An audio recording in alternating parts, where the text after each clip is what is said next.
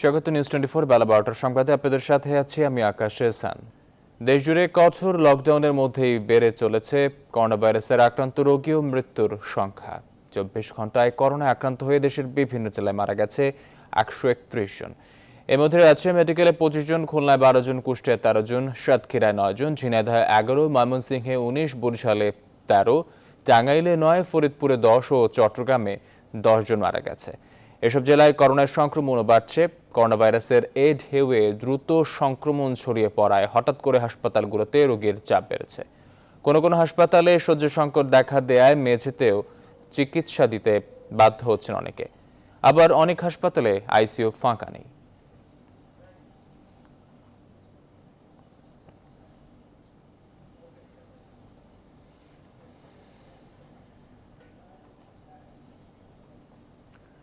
আজ মধ্যরাত থেকে শিথিল হচ্ছে কঠোর লকডাউন, যার প্রভাব পড়েছে কঠোর লকডাউনের শেষ দিনে। বিস্তারিত জানাতে কুষ্টিয়া থেকে যুক্ত হচ্ছেন সহকর্মী জাহিদুজ্জামান। জাহিদ, কঠোর বিধিনিষেধের শেষ দিনে কুষ্টিয়ার চিত্র কেমন দেখছেন? বাস্তব চিত্র জানাবেন আমাদের। ধন্যবাদ। কুষ্টিয়ার আমি আছি ঠিক থানা ট্রাফিক মোড়ে। এটি 4 রাস্তার মোড় বলে পরিচিত। এখানে আমি যদি লকডাউনের শেষ দিনের দৃশ্য, অর্থাৎ গত 33 দিন ধরে কিন্তু কুষ্টিয়ায় এই লকডাউন এবং বিধিনিষেধ বিভিন্ন আদলে এই বিধিনিষেধ আরোপ করা হয়েছে এবং এই 33 দিন কিন্তু এখানে মোটামুটি ঢিলেঢালাই ছিল। আর গতকাল যখন শিথিল করার ঘোষণাটা এসেছে তখন থেকে কিন্তু এখানে সব ধরনের যানবাহন এবং কিছু কিছু দোকানপাট খুলতে শুরু করেছে। আমি যদি আপনাকে দেখাই সড়কের পরিস্থিতি, এখানে তো রীতিমতো যানজটের মতো পরিস্থিতি সৃষ্টি হয়েছে এবং সব ধরনের রিক্সা, অটোরিক্সা, পার্সোনাল গাড়ি এবং মোটরসাইকেল সবই কিন্তু ঠিকঠাক মতো চলাচল করছে। এবং আমি শহরের মধ্যে ঘুরে দেখেছি ও কিছু কিছু দোকান পুরোপুরি খুলে ফেলেছে, আর কিছু দোকান আমি দেখেছি যে রাস্তার তার ঝাঁপের অর্ধেকটি খুলে তারা কিন্তু বেচা কেনা শুরু করেছে। এই যে সংক্রমণ ছড়িয়ে পড়ার যে চিকিৎসকরা বলছেন যে যদি লকডাউন না মানা হয় এবং এই শিথিল লকডাউনের মধ্যে মানুষ যদি স্বাস্থ্যবিধি না মানে তাহলে আবার একটি ভয়াবহ পরিস্থিতির দিকে যাবে। যদিও কুষ্টিয়া কিন্তু করোনার এক ভয়াবহ দশায় রয়েছে। আপনি জানেন যে গত 24 ঘন্টায়ও এখানে 13 জনের মৃত্যু হয়েছে এবং আরও 325 জন নতুন করে আক্রান্ত হয়েছে। এই পরিস্থিতিতে চিকিৎসকরা এবং বিশেষজ্ঞরা তারা কিন্তু বলছেন যে যদি এই শিথিল যে সময়টুকু থাকবে ঈদের কারণে, এই সময়ে যদি মানুষ স্বাস্থ্যবিধি না মানে এবং মানুষ যদি নিয়ন্ত্রিতভাবে চলাচল না করে তাহলে আরও ভয়াবহ পরিস্থিতি ডেকে আনবে এই করোনা। এই ছিল আমার কাছে সর্বশেষ। আমি চলে আসছি স্টুডিওতে। জাহিদ, আপনাকে ধন্যবাদ। দর্শক, কুষ্টিয়া থেকে যুক্ত ছিলেন সহকর্মী জাহিদুজ্জামান। করোনা সংকটে এখনও ঢাকা ছাড়ছে মানুষ, কাজ না থাকায় বাধ্য হয়ে ফিরছেন গ্রামে। লকডাউনে বিশেষ করে বিভিন্ন পরিবহন শ্রমিকরা পড়েছেন চরম অর্থ সংকটে। দীর্ঘদিন যানবাহনে চাকা না ঘুরলেও পাননি সরকারি কোনো সহায়তা, আর তাই এবার ঘোষণা সত্ত্বেও বিশ্বাস করতে চান না এই প্রণোদনা টাকা পৌঁছাবে তাদের কাছে। প্লাবন রহমানের রিপোর্টে বিস্তারিত।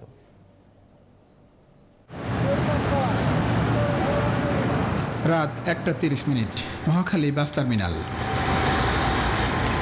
দেশে করোনার প্রথম দিকে টানা 66 দিন বন্ধ থাকার পর এবারও একটা লম্বা সময় চাকা ঘুরছে না গণপরিবহনের। তা দেখভালে টার্মিনাল পাহারায় পুলিশ, গল্প আড্ডায় ব্যস্ত পরিবহন শ্রমিকরা। করোনা দিয়ে তো পুঁজি খাটায়, সব চলে আমাকে চলে দা মোটর গাড়ি দিছে ধ্বংস করে।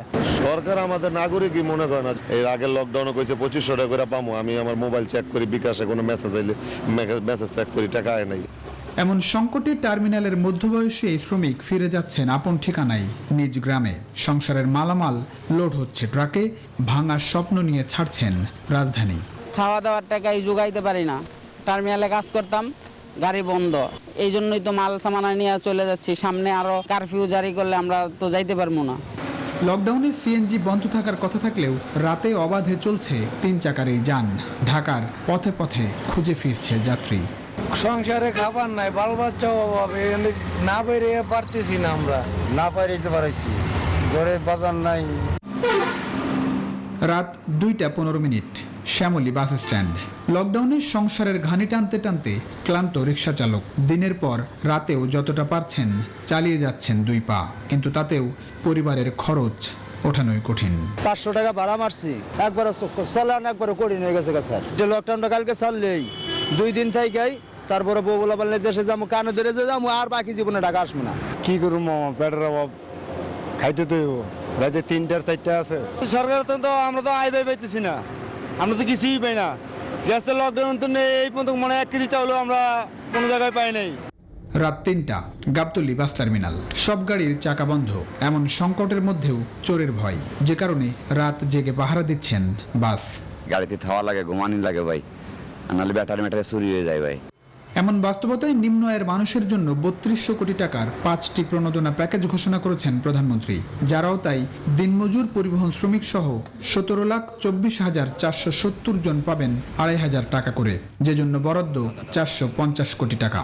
শ্রমজীবী এসব মানুষের কাছে লকডাউনের আসলে কোনো অর্থ নেই। তাদের কাছে লকডাউন মানে কষ্ট বেড়ে যাওয়া, শুরু হওয়া অর্থের টানাটানি। তারপরও করোনা সংক্রমণ রোধে লকডাউনে আপত্তি নেই তাদের, শুধু একটাই চাওয়া, খাবারের সংস্থান। সেজন্য শুধুমাত্র বক্তৃতা বিবৃতির মধ্যেই নয়, সত্যিকার অর্থেই তাদের কাছে আর্থিক সহায়তা কিংবা খাবারের সংস্থান নিশ্চিত করার তাগিদ দিচ্ছেন ভুক্তভোগীরা। প্লাবন রহমান, নিউজ 24, গাবতলী, ঢাকা। বরিশালে করোনার নমুনা পরীক্ষায় জট সৃষ্টি হয়েছে। সংশ্লিষ্টরা বলছেন এখানকার পিসিআর ল্যাবে গড়ে প্রতিদিন 500 নমুনা আসে, অথচ সক্ষমতা আছে 188টি নমুনা পরীক্ষার। বাকি নমুনা পাঠানো হয় ঢাকায়, সেখানেও রয়েছে প্রচুর নমুনা জট। এ কারণে নমুনা জট আরও বাড়ছে, এতে দুর্ভোগে পড়েছে স্থানীয়রা। এদিকে মেডিকেল কলেজের পিসিআর ল্যাবে অধিক সক্ষমতার একটি পিসিআর মেশিন থাকলেও যন্ত্রপাতির অভাবে তা চালু করা সম্ভব হচ্ছে না। রাহাত খানের তথ্য ও চিত্রে ডেস্ক রিপোর্ট। বরিশাল শেরে বাংলা মেডিকেল কলেজে পিসিআর ল্যাব চালু হয় 2020 সালের 8 এপ্রিল। গেল বছরের ডিসেম্বর থেকে ফেব্রুয়ারির মাঝামাঝি সময় পর্যন্ত করোনা নমুনা পরীক্ষা হতো 90 থেকে 120টি। বর্তমানে গড়ে প্রতিদিন 500 নমুনা আসে এই ল্যাবে, অথচ সক্ষমতা আছে 188টি নমুনা পরীক্ষার। বাকি নমুনা পাঠানো হয় ঢাকায়। ভুক্তভোগীদের অভিযোগ, নমুনা জমা দেওয়ার পর রিপোর্ট পেতে সপ্তাহখানেক সময় লাগছে, আবার নমুনা না নিয়েই ফিরিয়ে দেওয়া হচ্ছে অনেককে। এর মেসেজ দেয় মোবাইলে 72 ঘন্টা পর, যে আমার মেসেজ দেয় না, বিদে আজকে আমার হয়রানি করে আওয়া লাগছে। করোনা টেস্ট করাইতে আসছিলাম, বলছে আজকে হইবে না, কালকে আসতে বলছে। সংশ্লিষ্টরা বলছেন করোনা আক্রান্ত ব্যক্তি সময় মতো খবর জানতে না পারায় সংক্রমণও বাড়ছে। যথাসময়ে রিপোর্ট পেলে সংক্রমিত ব্যক্তি সতর্ক এবং সচেতন হয় নিজের তাগিদে। তো যারা পজিটিভ হচ্ছে তারা রিপোর্ট পাওয়ার আগ পর্যন্ত যতটা না সচেতন হয়, পজিটিভ হলে সচেতনতার পরিমাণটা স্বাভাবিকভাবেই বৃদ্ধি পায়। করোনা সংক্রমণ ঠেকাতে দ্রুত পিসিআর ল্যাবের সক্ষমতা বাড়ানোর তাগিদ দিয়েছেন সুশীল সমাজের প্রতিনিধিরা। সরকারের কাছে আমরা আবেদন রাখব, বরিশাল সেবা টিমে তারা যেন এই বিষয়টি জরুরি ভিত্তিতে সমাধান করেন। করোনার প্রকোপ বেড়ে যাওয়ায় মেডিকেল কলেজের পিসিআর ল্যাবে নতুন একটি মেশিন দিয়েছে ইউনিসেফ। তবে যন্ত্রপাতির অভাবে তা চালু করা সম্ভব হচ্ছে না। তবে দ্রুত সময়ের মধ্যে নতুন পিসিআর মেশিনটি চালু করার আশ্বাস দিয়েছেন বিভাগীয় কমিশনার। ইউনিসেফের যে প্রতিনিধি বরিশাল বিভাগের দায়িত্বে আছেন, তাকে নিয়ে আমি মিটিং করেছি। তিনি আমাকে আশ্বস্ত করেছেন এই যে ক্যাবিনেটটা আনতে হবে, এটা বিদেশ থেকে আনতে হবে, এই করোনার কারণে আনতে পারছে না। আমি বলছি যে যতটুকু সাপোর্ট দেওয়া লাগে আমরা দেবো।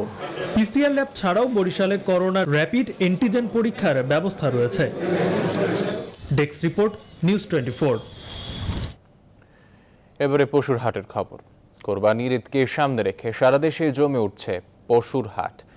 বিস্তারিত জানাতে রাজশাহী ও চট্টগ্রাম থেকে যুক্ত হচ্ছেন সহকর্মী কাজী শাহেদ ও নয়ন বড়ুয়া জয়। শুরুতে রাজশাহী থেকে যুক্ত হচ্ছেন সহকর্মী কাজী শাহেদ। শাহেদ, রাজশাহী এলাকার গরু সারা দেশে সরবরাহ হয়, এবারে চিত্র কি, বিস্তারিত জানাবেন।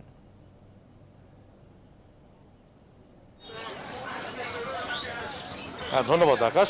রাজশাহীর যে সিটি হাটটি আছে, এখানে প্রতি বছরই কোরবানির আগে কিন্তু আমরা দেখি যে দূর দূরান্ত থেকে পাইকাররা আসেন, ব্যবসায়ীরা আসেন, তারা এখান থেকে কিনে নিয়ে যান। যেহেতু লকডাউনের কারণে এই হাটটি এতদিন জমে ওঠেনি, আজকে যেহেতু লকডাউন কিছুটা যদি বলি যে শিথিল করা হয়েছে, ফলে কিন্তু লকডাউন অনেকটা শিথিল হওয়ার কারণে এখানে অনেক পাইকাররা এসেছেন এবং আজকে এই হাটটি যেহেতু সাপ্তাহিক হাটের দিনও ফলে অনেকটা জমে উঠেছে এবং এখানে ক্রেতা বিক্রেতার যে সরগরম উপস্থিতি সেটি কিন্তু আমরা দেখতে পাচ্ছি। সকালে আমরা দেখেছি যে যারা খামারিরা আছেন এই অঞ্চলে তারা এখানে গরু নিয়ে হাজির হয়েছেন। এখনও প্রচুর গরু আসছে এবং বাইরে থেকে পাইকাররাও এসেছেন। তবে সবচেয়ে বড় যে বিষয়টি সেটি হলো যে স্বাস্থ্যবিধি মেনে মন্ত্রণালয়ের যে 16 দফা নির্দেশনা ছিল যে কীভাবে হাট পরিচালনা করতে হবে সেটি কিন্তু এখানে দেখা যাচ্ছে না। যদিও হাটের প্রবেশ মুখে আমরা দেখেছি যে ইজারদারদের পক্ষ থেকে হ্যান্ড স্যানিটাইজার, মাস্ক সব কিছু দিয়ে যারা খামারিরা আছেন, ক্রেতা বিক্রেতা আছেন, সবাইকে তারা এক ধরনের বাধ্য করার চেষ্টা করছেন, কিন্তু সেটি এখানে খুব একটা হচ্ছে না। কারণ কিছু দূর পরেই তারা গিয়ে সে মাছগুলি খুলে ফেলছেন এবং আমরা যেখানে আছি তার ঠিক কয়েকশো গজ দূরেই কিন্তু মূল হাটটি শুরু। যতটুকু নিরাপত্তার দূরত্ব থেকে এই গরুর হাটটি দেখানো যায় আমরা সেটি চেষ্টা করছি, কারণ ভেতরে যে পরিমাণ মানুষ এবং গরুর যে উপস্থিতি সেখানে পা ফেলার জায়গা নেই, এমন একটি পরিস্থিতি হয়েছে। এছাড়া গরু বহন করার জন্য যেসব গাড়িগুলি এসেছে সেগুলো প্রবেশ করছে।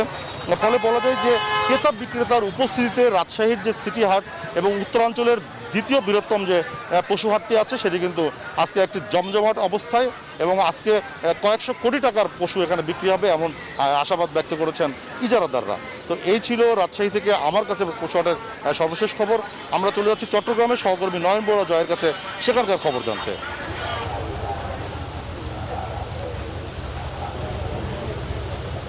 ধন্যবাদ কাজী সাহেব আপনাকে। আপনি যেমনটা রাজশাহীর হাটের কথা জানিয়েছেন তেমনিভাবে চট্টগ্রামেও অনেকটা জমতে শুরু করেছে, যেহেতু ঈদুল আজহার বাকি আর বেশি দিন নেই, তার কারণে আমরা পরশুদিন থেকে কিন্তু আনুষ্ঠানিকভাবে শুরু হয়েছে হাটগুলো। কিন্তু এবারও আমরা দেখলাম প্রতি বছরের মতো হাটগুলোতে ক্রেতাদের ভিড় দেখা যাচ্ছে। করোনা মহামারীর মধ্যেও কিন্তু যে স্বাস্থ্যবিধি মেনে হাটগুলো চালানোর কথা রয়েছে সেভাবে কিন্তু আসলে দেখা যাচ্ছে না। 7টি শর্তের মধ্যে কোনো শর্ত কিন্তু মানতে আমরা দেখছি না। আমি যে গরুটি আপনাকে দেখাতে চাচ্ছি এই গরুটির দাম দিলেও কিন্তু 18 লাখ টাকা তারা দিচ্ছে, কিন্তু আসলে ক্রেতারা চাচ্ছে আসলে 16 লাখ, কেউ কেউ দেখলাম 14 লাখ, কেউ কেউ 10 লাখ পর্যন্ত চাচ্ছে। কিন্তু চট্টগ্রামের মানুষ কিন্তু আসলে লাল গরুর প্রতি খুব একটা আকর্ষণ, তার কারণে কিন্তু লাল গরুর দাম কিন্তু অনেকটা বেশি। সাগরিকা গরু বাজারে কিন্তু সবচেয়ে বড় গরু কিন্তু এটাই, এখনো পর্যন্ত এর চেয়ে বড় গরু আর আসেনি। আমি একটু কথা বলতে যাচ্ছি, এই গরুটা কোন জায়গা থেকে আপনি এনেছেন? বাইজিৎ থানা সমবায় আবাসিক শান্তিনগর। দাম কত দিয়েছে? এটার দাম দিয়েছি 18 লক্ষ টাকা। এইখানে 12 লাখ, 11 লাখ, 14 লাখ এমন মূলাচ্ছে। কটা গরু এনেছেন? শুধু আমার এইটাই একটা গরুই, একটাই। হ্যাঁ, নিজের ফার্ম থেকে উঠছে। আজ 5 বছর ধরে পালতেছি এটা, আজকে 5 বছর ধরে ওটা পালতেছি, আমার গরুর ফার্ম থেকে উঠছে। ধন্যবাদ আপনাকে। আপনি অবশ্যই বুঝতে পেরেছেন এখন যে গরুটি আমরা দেখানোর চেষ্টা করছি এই গরুটি দাম কিন্তু তারা 18 লাখ দিচ্ছে, কিন্তু তারা বলছেন 16 থেকে 17 লাখের মধ্যে যদি হয় তাহলে বিক্রি করতে তারা পারবে বলে তারা আমাদেরকে জানিয়েছেন। তেমনিভাবে কিন্তু চট্টগ্রামের আর অন্যান্য যে হাটগুলো আছে কিন্তু সেই হাট ঘুরে যেমনটা আমরা দেখেছি ভারত এবং মিয়ানমার থেকে যে গরুগুলো প্রতি বছরে আসে সেভাবে কোনো গরু আসেনি। এই হাটে আমরা ভারতের কিছু গরু আমরা দেখছি, কিন্তু আসলে ভারতের গরুর চেয়েও দেশীয় গরুর প্রতি খুব একটা চাহিদা রয়েছে। তো এ ছিল আমার এখানকার সর্বশেষ। ফিরে যাচ্ছি স্টুডিওতে আকাশের কাছে। ধন্যবাদ আপনাকে। দর্শক, রাজধানীর বাইরে পশুহাটের খবর জানাচ্ছিলেন সহকর্মী নয়ন বড়ুয়া জয় এবং কাজী সাহেব। রাজশাহী এবং চট্টগ্রাম থেকে যুক্ত ছিলেন তারা। সংবাদের এই পর্যায়ে নিচ্ছে একটি বিরতি, সঙ্গে থাকুন। বিরতির পর আবার স্বাগত সংবাদে। প্রধানমন্ত্রীর উপহারের ঘর নিয়ে সারা দেশে যেন অভিযোগের শেষ নেই। এবার সাতক্ষীরার কলারা উপজেলায় তৈলকুপি গ্রামের আশ্রয়ণ প্রকল্পের 60টি ঘর রাতের আধারে ভেঙে মাটির সঙ্গে মিশিয়ে মালমাল সরিয়ে ফেলা হয়েছে। নির্মাণ কাজে অনিয়ম ও দুর্নীতি ঢাকতে ভূমিহীন সুবিধাভোগীরা ঘরে ওঠার আগেই তড়িঘড়ি করে কাজটি করা হয়েছে বলে অভিযোগ এলাকাবাসীর। তবে জেলা প্রশাসকের দাবি ঘরগুলো ঝুঁকিপূর্ণ হওয়ায় উপকারভোগীদের নিরাপত্তার কথা বিবেচনা নিয়েই এগুলো সরিয়ে নিয়েছে উপজেলা নির্বাহী কর্মকর্তা। সাতক্ষীরা থেকে মনিরুল ইসলাম মনির তথ্য ও চিত্রে ডেস্ক রিপোর্ট। মুজিব বর্ষে প্রধানমন্ত্রীর উপহার স্বরূপ কলারোয়া উপজেলার তৈলকুপি গ্রামের আশ্রয়ণ প্রকল্পের 20 শতক জমির ওপর নির্মাণ করা হয় 13টি ঘর। ভূমিহীন সুবিধাভোগীরা ঘরে ওঠার আগেই ৪ জুলাই ৭টি ঘর ভেঙে ফেলা হয়। এলাকাবাসীদের অভিযোগ, নির্মাণ কাজে ত্রুটি ও অনিয়ম ঢাকতে এক রাতের মধ্যেই কাউকে কিছু বুঝে ওঠার আগেই উপজেলা নির্বাহী কর্মকর্তা লোকবল ও বুলডোজার দিয়ে ঘরগুলো সরিয়ে ফেলেছে। তবে এখনও ধ্বংসস্তূপের ইট, বালু ও দেয়ালের পলেস্তরা সারি সারি পড়ে আছে। স্থানীয়রা মনে করছেন এই প্রকল্পের কাজের অনিয়মের খবর প্রকাশ হওয়ার ভয়ে ঘর সরিয়ে ফেলা হয়েছে। 1200 দোকান ঘর ছিল, এবারে ওই স্কোর মেশিন দিয়ে এই ঘরগুলো ভেঙে নিয়ে গিয়েছে, সব পরিষ্কার করে নিয়ে গিয়েছে। রাতে এবং সকালে ডেজার মেশিন দিয়ে ভেঙে চলে যাবে ওই দিনকে। এই ঘটনায় তীব্র নিন্দা জানান কলারোয়া উপজেলা পরিষদের চেয়ারম্যান। সরকারি ভাবমূর্তি নষ্ট হয়েছে। আমাদের কলারোয়া উপজেলার এই বাংলাদেশের মধ্যে একটা কালো তালিকাভুক্ত হলো। এজন্য আমরা তীব্র নিন্দা এবং প্রতিবাদ জানাচ্ছি। প্রধানমন্ত্রী স্বপ্নের এই আবাসন প্রকল্প যাদের দুর্নীতির কারণে প্রশ্নবিদ্ধ হয়েছে তাদের বিরুদ্ধে দৃষ্টান্তমূলক শাস্তির দাবি জানান উপজেলা আওয়ামী লীগের সভাপতি। পরিকল্পিতভাবে লাইনে লোভের বশবর্তী হয়ে অবশ্যই তার বিরুদ্ধে ব্যবস্থা নেওয়া দরকার বলে আমি মনে করি। তবে জেলা প্রশাসক বলছেন, ঝুঁকিপূর্ণ 7টি ঘর ধসে পড়ার আগেই সুবিধাভোগীদের নিরাপত্তার কথা চিন্তা করে ইউএনও সেগুলো সরিয়ে নিয়েছে। পুকুর থেকে বালি উত্তোলনের কারণে ওই ঘরগুলো একটু ঝুঁকির মধ্যে পড়ে গিয়েছিল, ঘরগুলো নির্মাণাধীন ছিল। তো সেই ঝুঁকি বিবেচনায় উপজেলা বাস্তবায়ন কমিটি, স্থানীয় মাননীয় সংসদ সদস্য, উপজেলা পরিষদের চেয়ারম্যান সকলের সঙ্গে পরামর্শ করে তারা ওই স্থানটি চেঞ্জ করে অন্য জায়গায় নির্মাণ করছে। উপকারভোগীদের জন্য খুব শীঘ্রই পুনরায় ঘর নির্মাণের কথাও জানিয়েছেন সংশ্লিষ্টরা। Desk report, news 24। মরণব্যাধি করোনা টেস্ট রিপোর্ট নিয়ে আবারও জালিয়াতির অভিযোগ। রাজধানীর প্রভা হেলথ নামের এক বেসরকারি প্রতিষ্ঠানের বিরুদ্ধে অভিযোগ দিয়েছে সাবেক আইনমন্ত্রী ব্যারিস্টার শফিক আহমেদের ছেলে মাহফুজ শফিক। লিখিত অভিযোগ দেওয়ার ঘটনা তদন্ত করে দেখছে স্বাস্থ্য অধিদপ্তর। প্রমাণ পেলে ব্যবস্থা নেওয়ার কথাও জানিয়েছেন তারা। একই ধরনের অভিযোগ উঠেছে রাজশাহীতেও। বিস্তারিত হাবিবুল ইসলাম হাবিবের রিপোর্টে।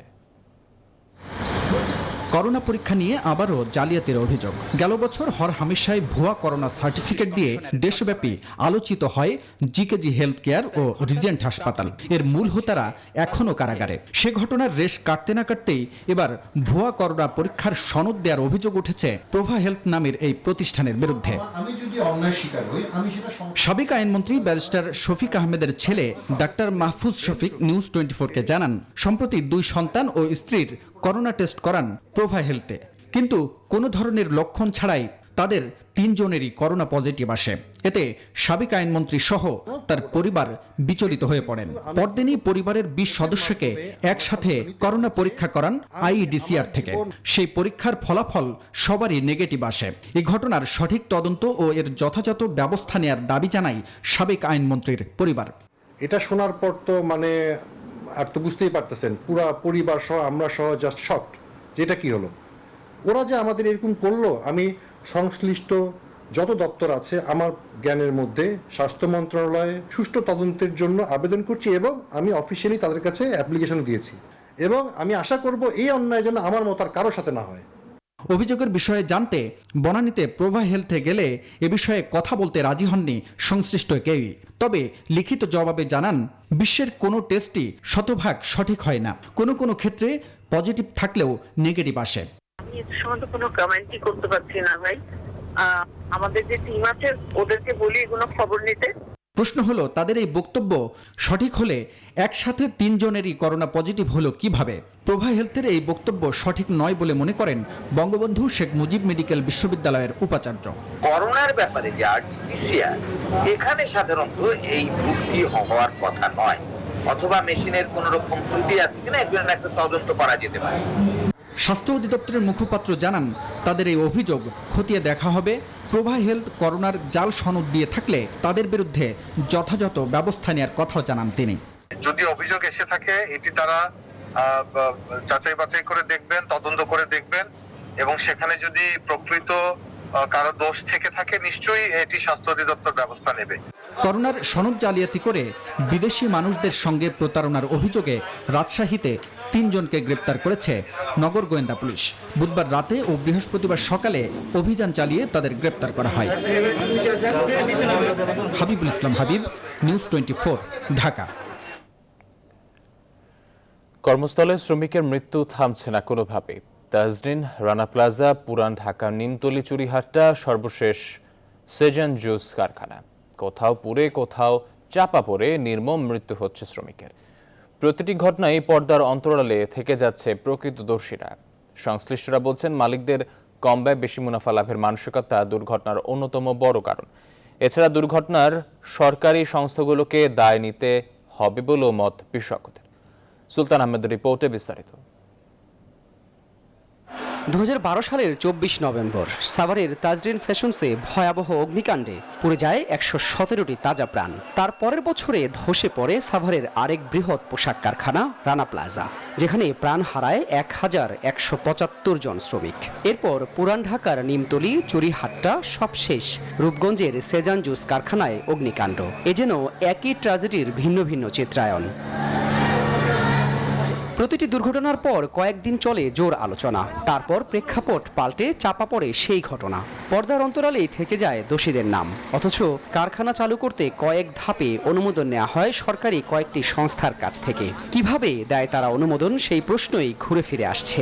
ফায়ার সার্ভিস কি ভূমিকা পালন করেছে সেটা আনতে হবে, এবং ডাইফি কি করেছে, ইলেকট্রিক্যাল ডিপার্টমেন্ট কি করেছে, গ্যাস কি দায়িত্ব পালন করেছে, এবং পুলিশ কি দায়িত্ব পালন করেছে, লেবার মিনিস্ট্রি কি দায়িত্ব পালন করেছে, পরিবেশ অধিদপ্তর কি দায়িত্ব পালন করেছে। সংশ্লিষ্টরা বলছেন, কোনো কারখানার ভবন তৈরি হয় ইঞ্জিনিয়ারদের তত্ত্বাবধানে বিল্ডিং কোড অফ অথরিটির অনুমোদন নিয়ে। এরপর বিস্ফোরক অধিদপ্তর, ডাইফি, পরিবেশ অধিদপ্তর, ফায়ার সার্ভিস সহ 16 থেকে 17টি প্রতিষ্ঠানের অনুমোদনের পরই তা বাণিজ্যিক উৎপাদন শুরু করে। এই বিপুল পরিমাণ প্রতিষ্ঠানের দেখভাল করার দায়িত্ব মাত্র 300 থেকে 400 জন পরিদর্শক, এটি আসলে দুরূহ একটি কাজ। সুতরাং সেই জায়গাটিকে প্রতিষ্ঠানগুলোকে সবল করা, দক্ষ করা। দুর্ঘটনা প্রতিরোধ ও নিরাপত্তা নিশ্চিতে কারখানা মালিকদের দায় বেশি মনে করেন বিজিএমই এর সাবেক সভাপতি সিদ্দিকুর রহমান। প্রথমত দায়িত্ব কিন্তু যিনি ব্যবসা করবেন তার উপরে, তারপরে হলো যত লাইসেন্সিং অথরিটি আছে তাদের উপরে। এটা সমাধান কিন্তু আপনি অ্যারেস্ট করলেন সেটা না, এইরকম ইন্ডাস্ট্রি যাতে অন্যায়ভাবে না গড়ে ওঠে সেটা মনিটরিং করা জরুরি। গেল 11 বছরে শুধু অগ্নিকাণ্ড ঘিরে আদালতে রিট হয়েছে কমপক্ষে 9টি, এর মধ্যে 6টির রুল সহ আদেশ হলেও 3টির শুনানি মুলতবি রয়েছে। সুলতান আহমেদ, নিউজ 24, ঢাকা। সংবাদ নিচ্ছি আরও একটি বিরতির সঙ্গে থাকুন। বিরতির পর আবারও স্বাগত সংবাদে। এবার ফার্স্ট সিকিউরিটি ইসলামী ব্যাংক অর্থ বাণিজ্যের সংবাদ। দুর্ঘটনা নয়, বরং পরিবেশ বান্ধব সবুজ কারখানা তৈরিতে শীর্ষ এখন বাংলাদেশ। উদ্যোক্তারা বলছেন, এক্ষেত্রে বাংলাদেশের ধারে কাছেও নেই প্রতিযোগী দেশগুলো। সবুজ কারখানার মনোরম পরিবেশ আর নিরাপত্তার কারণে শ্রমিকের স্বস্তি থাকলেও ক্রেতাদের কাছে পোশাকের বাড়তি দাম মিলে না কাঙ্ক্ষিত হারে। অর্থনীতি বিশ্লেষকরা বলছেন, এক্ষেত্রে সামগ্রিকভাবে বাংলাদেশের ব্র্যান্ডিং প্রয়োজন, যা ভাবমূর্তি নিশ্চিত করবে বিশ্ব দরবারে। পরিবেশ বান্ধব কারখানা ঘুরে এসে বিস্তারিত জানাচ্ছেন বাবু কামরুজ্জামান। মনোরম প্রাকৃতিক পরিবেশ আর সবুজের এমন সমারোহ দেখে বোঝার উপায় নেই এটি একটি পোশাক কারখানা। একটা সময় ছিল পোশাক খাত মানে শ্রমঘন ঘিঞ্জি পরিবেশ, অগ্নিকাণ্ড আর দুঃসংবাদের ছড়াছড়ি। অবস্থা এখন এতটাই পাল্টেছে যে পরিবেশ বান্ধব এমন সবুজ কারখানা তৈরিতে বিশ্বের শীর্ষ অবস্থানে বাংলাদেশ। মহামারীকালে গাজীপুরের এই পরিবেশ বান্ধব কারখানার স্বাস্থ্য সুরক্ষা পদ্ধতি চোখে পড়ার মতো। স্বাস্থ্যবিধি মেনে কর্মস্থলে প্রবেশ, হাত ধোয়ার ব্যবস্থা কিংবা ক্যান্টিনে সারিবদ্ধভাবে খাবার গ্রহণ, সবকিছুই চলছে রুটিন মাফিক। আর ভেতরের পরিবেশটাও পর্যাপ্ত আলো বাতাসে ভরপুর। সুই সুতো আর যন্ত্রের গতির সাথে জানালার ধারে এমন সবুজ প্রকৃতি কাজেও স্বস্তি এনে দেয় শ্রমিকদের। বাইরে খোলামেলা রাস্তা, গাছগাছালি, বাতাস পাই, অনেক ভালো লাগে। প্রত্যেকটা গার্মেন্টসে ভালো পরিবেশ সৃষ্টি হোক।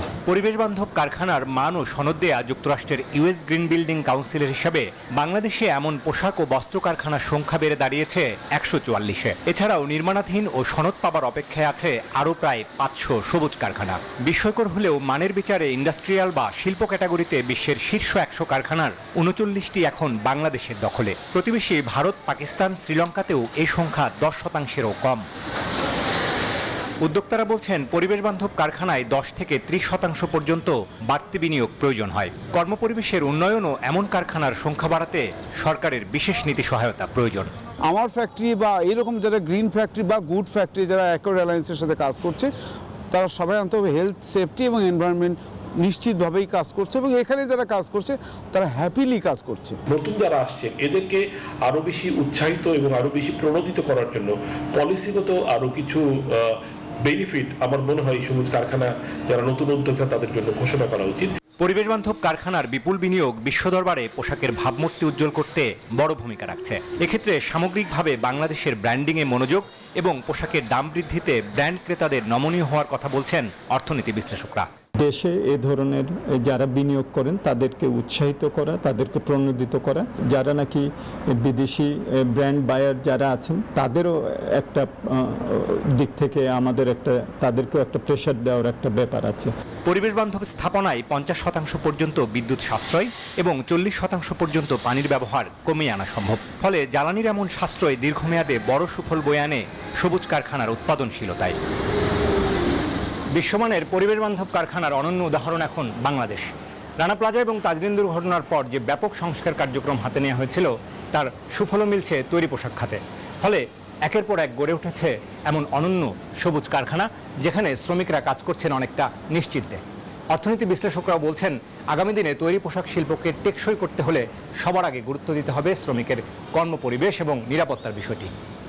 বাবু কামরুজ্জামান, নিউজ 24, গাজীপুর। এবার আন্তর্জাতিক প্রসঙ্গ।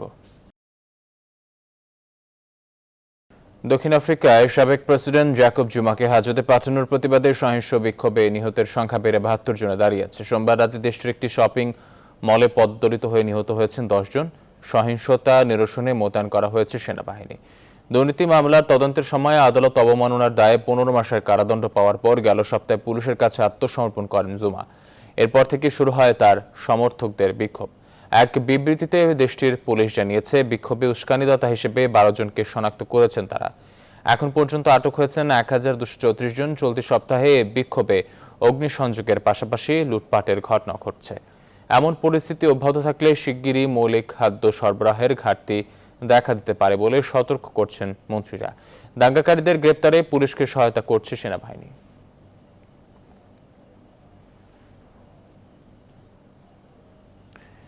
এদিকে দক্ষিণ আফ্রিকায় সহিংস বিক্ষোভের ঘটনায় উদ্বেগ আর উৎকণ্ঠায় দিন পার করছেন সেখানে বসবাসরত বাংলাদেশি প্রবাসীরা। সেখান থেকে বিস্তারিত জানিয়েছেন প্রবাসী সাংবাদিক আব্দুল মুনিম মুন্না। এই মুহূর্তে আছে জার্মিস্টন শহরের স্টেশন বাজার। এটা হচ্ছে স্টেশন বাজার মল।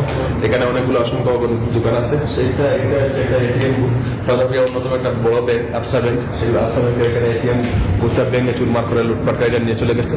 এটা আপনারা দেখতে পাচ্ছেন। এখানে একটা এটিএম বুথ আছে। এইখানে পাশে একটা বাংলাদেশ ব্যাংকের দোকান। এই এটিএম বুথটা একদম ব্যাংকে চুরমার করে নিয়ে চলে গেছে। আপনারা দেখতে পাচ্ছেন খুব ভয়ঙ্কর একটা হামলা হয়েছে এখানে।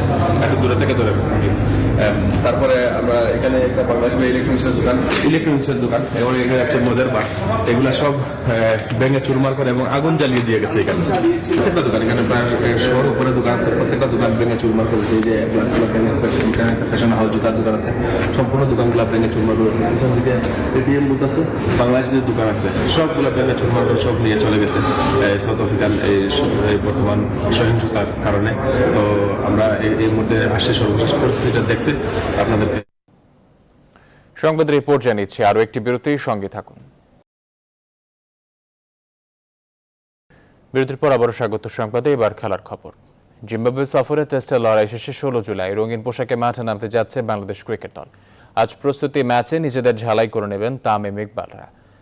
তার আগে তৃতীয় দিনের মতো অনুশীলন করছে টাইগাররা। অনুশীলন শেষে বিসিবির এক ভিডিও বার্তায় কথা বলেন মোসাদ্দেক হোসেন সৈকত। অফ স্পিনিং অলরাউন্ডার মনে করেন ব্যাটিং ও বোলিংয়ে অনেক বেশি অপশন থাকায় বাংলাদেশ দল ওয়ানডেতে অন্যান্য দলের চেয়ে এগিয়ে থাকবে। 4 সিনিয়র ক্রিকেটার সাকিব, তামিম, মুশফিক ও মাহমুদুল্লাহর পাশাপাশি তরুণদের নিয়ে আশাবাদ ব্যক্ত করেন তিনি। মোসাদ্দেকের ধারণা বোলারদের জন্য কঠিন হয়ে উঠবে এই সফর। তবে টেস্টের মতো সীমিত ওভারের সিরিজেও ব্যাটসম্যানরা ভালো করবেন বলে আশাবাদ তার।